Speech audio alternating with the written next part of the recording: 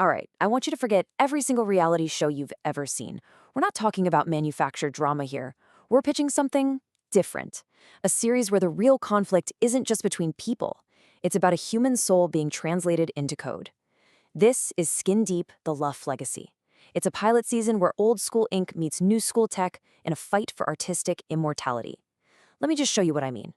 So, the whole premise is this beautiful, chaotic mess. The question is, can you actually capture the essence of a master artist? I mean, the muscle memory, the intuition, the soul, and put it inside a machine? Now, this is not some slick, big-budget operation in a sterilab. Oh no, this is a raw, down and dirty, zero-budget hustle to build a digital ghost in the back of a tattoo shop. And right at the heart of this whole story, you've got two people who are total opposites. The whole pilot season really kicks off by introducing us to this core conflict, personified by the artist and the architect of this completely impossible project. And the contrast here, man, it's everything. On one side, you have Lancey. He's a 40-year veteran tattooist, the real deal, a legend from a completely different time who's all about trauma-informed client care. He's pure, 100% old school. And on the other side, you got Mike, the architect. This guy is all about the hustle. He's coding this thing on his phone, trying to build what he actually calls a digital mausoleum. The new school kid trying to save the old master.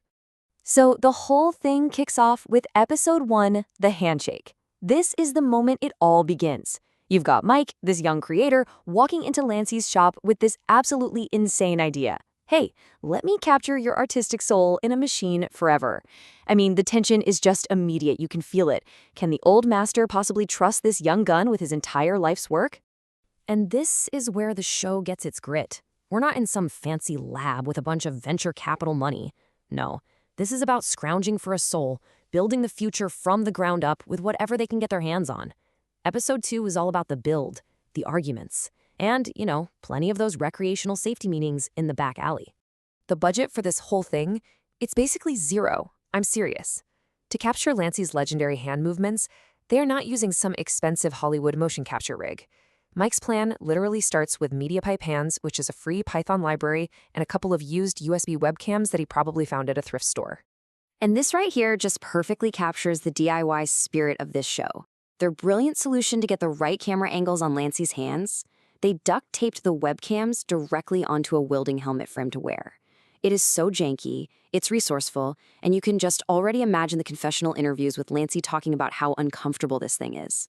So out of all this chaos, this homemade rig, which they call the Luff system, starts to come together. They're using the webcams for hand tracking, some DIY sensors to record muscle intent, and they've even got Arduino rigs logging every little bit of voltage and speed from Lancey's machine. It all gets fused together in a custom app. See, they're not just recording data, they're literally building an archive of his soul. Okay, so by episode 3, things start to get really, really interesting. All this data, all this code, it begins to take on a life of its own. After weeks of gritty fabrication and Lancey finally getting used to wearing that ridiculous helmet, the machine isn't just recording anymore, it's actually starting to think. And this is the first huge turning point.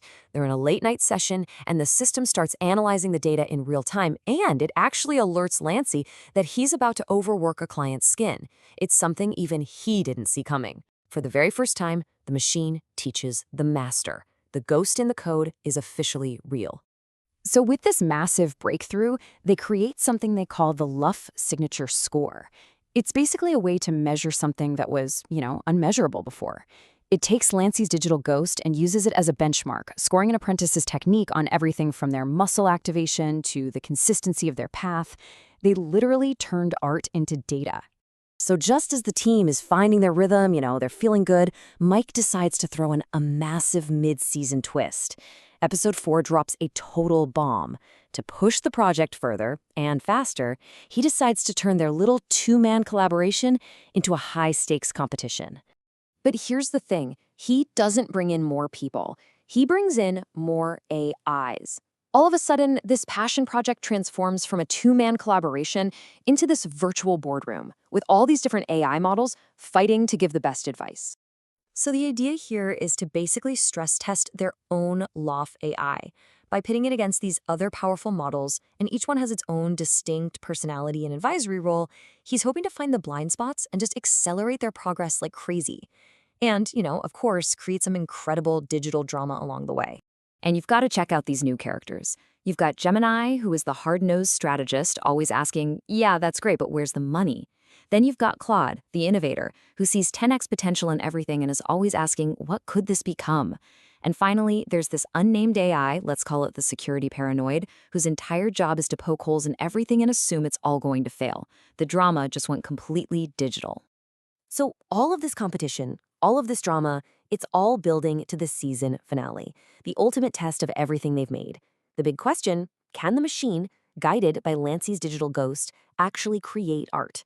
The goal is to lay down the first ever robotic line that isn't just a copy, but a true replication of the master's hand. The whole process is so nerve-wracking. First, they capture one of Lancey's signature lines, every single muscle twitch, every variation in voltage. Then, the LOF AI translates all that complex biodata into a blueprint for a robotic arm. Then the arm makes its move. And finally, the moment of truth. Lancey, the master himself, steps up to inspect the line.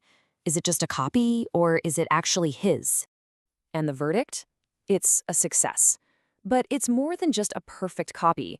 The machine, it actually replicated his humanity. Every subtle wobble, every little variation in pressure, every unique flaw that makes Lancey's work his. It didn't just replicate the art, it replicated the artist. But just as they're celebrating this absolutely monumental achievement, the show delivers one final shocking twist that changes everything and leaves you just begging for more. A notification just pops up on Mike's phone. It's from an anonymous source. They've sent him a data packet. And when he opens it, his jaw just hits the floor. It is Lancey's complete biokinetic signature, every muscle twitch, every movement, but it's from a decade ago. It turns out they were not the first ones to try and digitize him. So the pilot season ends on this absolute bombshell of a question.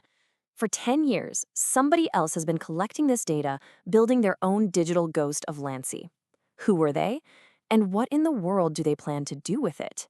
And that's the hook for Season 2.